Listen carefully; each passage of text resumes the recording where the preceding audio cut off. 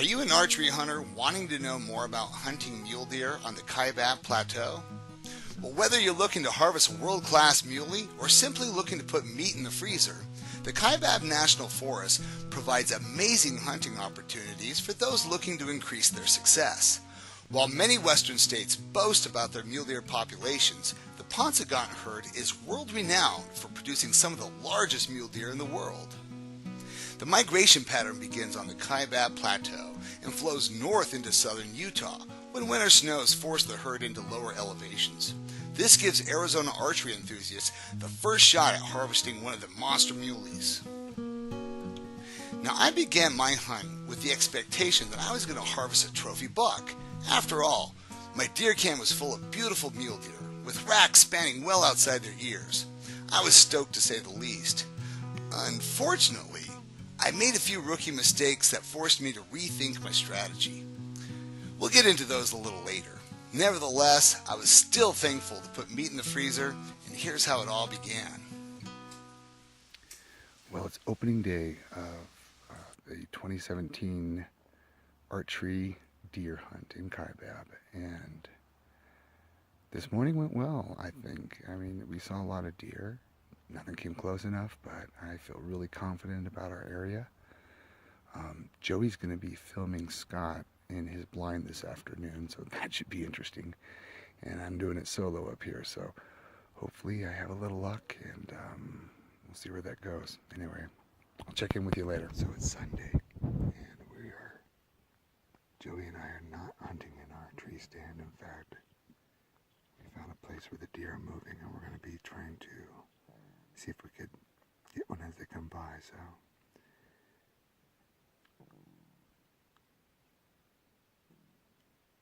wish us luck.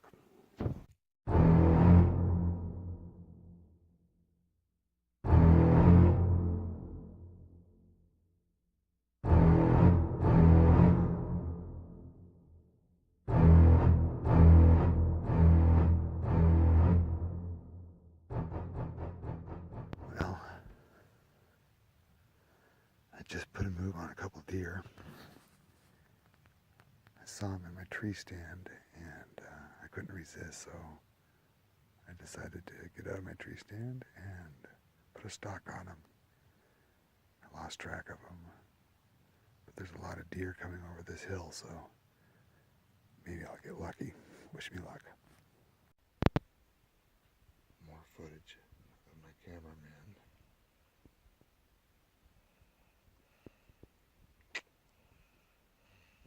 Sawing logs on the job.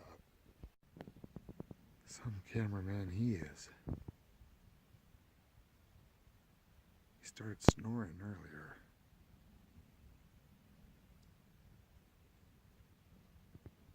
Man.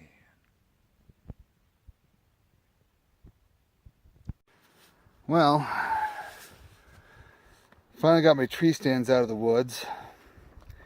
They were better observation posts than they were actual tree stands to hunt a deer out of. I didn't really have any deer come under my tree stands, but I was able to see the path in which the deer were traveling, and that was very helpful. So I went and pulled all three tree stands out of the woods today. I'm exhausted. I'm the only deer hunter left in camp. You can see my tent. The zipper broke. My girlfriend came up with the dogs. That's Birdie. That's Shotgun. And I'm just getting some rest. I am beat, but I do have a few more days to shoot a deer. Hopefully I score. Well, I just put the smack down on a 2x. That's why they call me 2x Tom. Anyway, it was the last day of the hunt, and I needed to put meat on the table. And this was the very last opportunity I had to do that. He came in at about 30 yards. I don't know. My heart's still pounding pretty bad.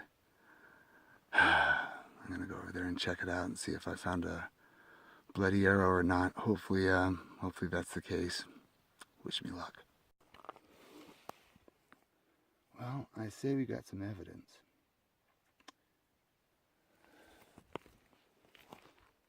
looks like my shot was good. Getting excited. Well, I'm in recovery mode now. And I stripped down to some lighter gear, some lighter clothing. And here's a few of the things I'm going to take on my recovery. First thing is a bone saw. Bone saw is going to be great for cutting through the pelvis. Second thing, you need a couple of knives, obviously. This is my personal secret. Bass Pro Shops gummy fish. Gummy worms work well as well. And I also, this is something I'm not going to pull out of my pack, but I'll just tell you about. I also take my tree stand harness. Why? Because there's a strap in the back. First of all, it goes over both shoulders and it balances the weight of the deer. You could tie the safety strap around the deer's head, around the neck, and just drag him out of the woods. Much easier than grabbing it by the horns and getting in a funky position. So I think it's about time to recover that deer. Wish me luck. Here's some more blood I found.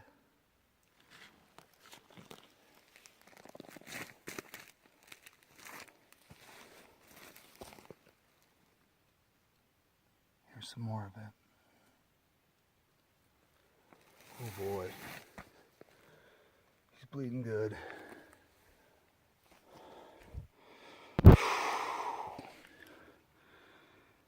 Yep. We definitely have a murder scene.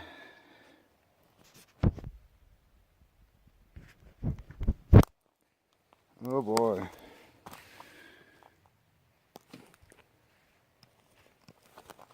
And like every scene, boom. There he is, folks. We found the deer. This is when the work starts. Well, he's definitely not the deer that I originally came out here for. I had some beautiful deer on my camera, and sorry for the bump. I also had a beautiful 4x come in yesterday that I missed. I missed him at 50 yards. Missed him again at 70 yards. I practice those shots all the time. I was just so nervous. What can you do? Nonetheless, I'm happy for this one. Super happy for this one. It's going to put meat in the freezer. And I'm happy about that. More importantly, I'm happy for Shannon Kenyatti, who I love very much. And this deer's for her, so she could cook some venison steaks for me. Love it. So, if anybody wants to know how I get a buck out of the woods, here's my tree stand harness. And there's the deer. I just wrapped my safety harness around his neck. Drag him out. It's going to be a lot of work, especially going uphill. Hope the old man's up for it. Check in with you later.